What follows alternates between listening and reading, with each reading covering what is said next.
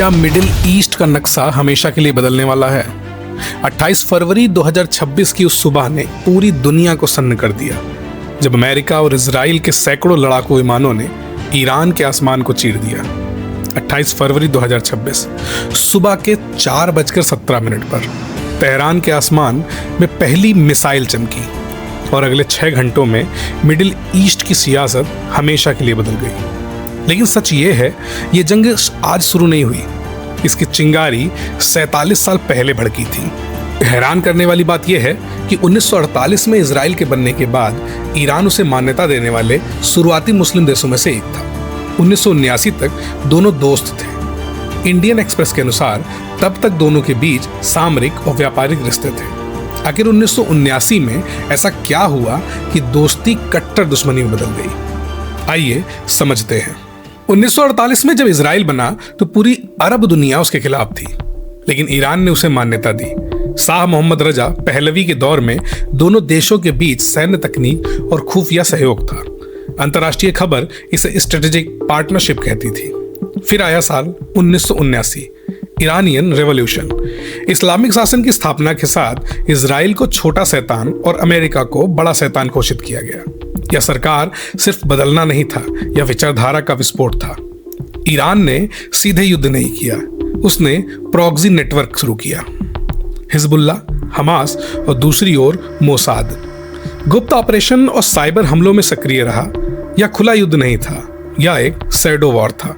Cyber attacks, targeted assassination और proxy militias के जरिए दशकों तक यह जंग खुलकर नहीं लड़ी गई, लेकिन हर साल तीखी जरूर होती चली गई। लेकिन अब सवाल यह है कि यह तो ईरान और इजराइल की लड़ाई थी, तो फिर अमेरिका इसमें क्यों कूद पड़ा?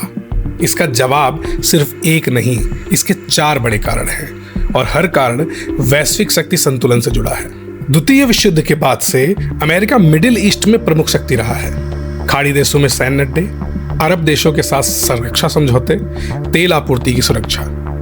अगर ईरान क्षेत्रीय शक्ति बनकर उभरता है तो और इजराइल पर दबाव बढ़ाता है तो यह अमेरिका की दशकों पुरानी रणनीति के लिए खतरा होगा।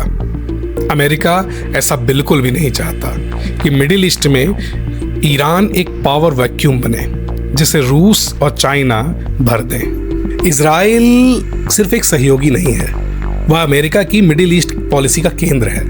हर साल अरबों डॉलर की सैन्य सहायता, साझा मिसाइल, रक्षा प्रणाली, संयुक्त खुफिया ऑपरेशन।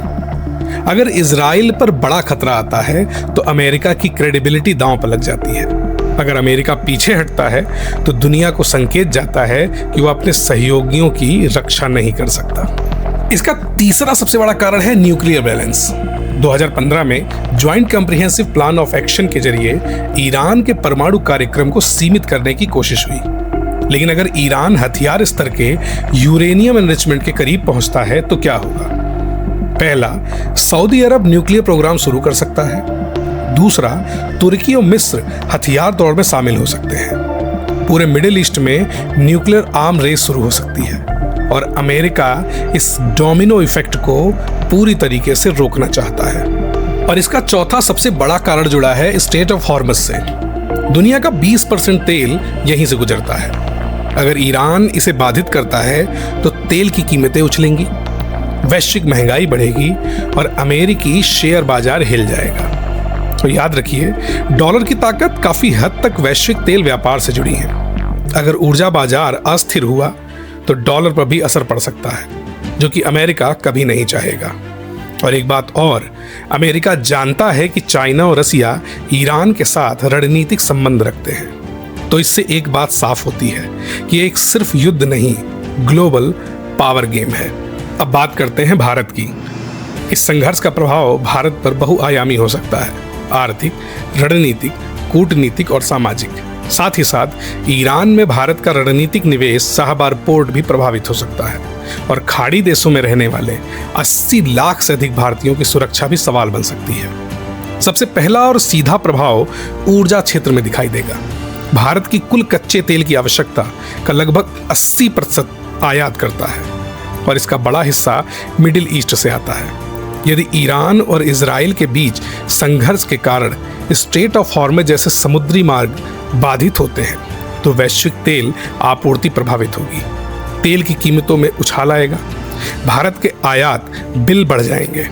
इसका परिणाम पेट्रोल और डीजल की कीमतों में वृद्धि, परिवहन लागत में बढ़ोतरी और अंततः व्यापक महंगाई के रूप में सामने आएगी। महंगाई बढ़ने से आम नागरिक की क्रय शक्ति पर सीधा प्रभाव पड़ेगा और आर्थिक विकास की गति धीमी हो सकती है। अगर आपको लगता है कि यह युद्ध आपसे दूर है तो अगली बार पेट्रोल भराते समय कीमत देखिए। अगर आपको लगता है यह सिर्फ खबर है तो शेयर बाजार की गिरावट देखिए। अगर आपको लगता है कि यह सिर्फ मिडिल ईस्ट की कहानी है तो याद रखिए दुनिया जुड़ी हुई है, और जब दुनिया जलती है तो उसकी गर्मी हम तक जरूर पहुंचती है। ऐसी और भी वीडियोस के लिए चैनल को सब्सक्राइब करिए, शेयर करिए, लाइक करिए। मिलते हैं नेक्स्ट वीडियो के साथ। नमस्कार।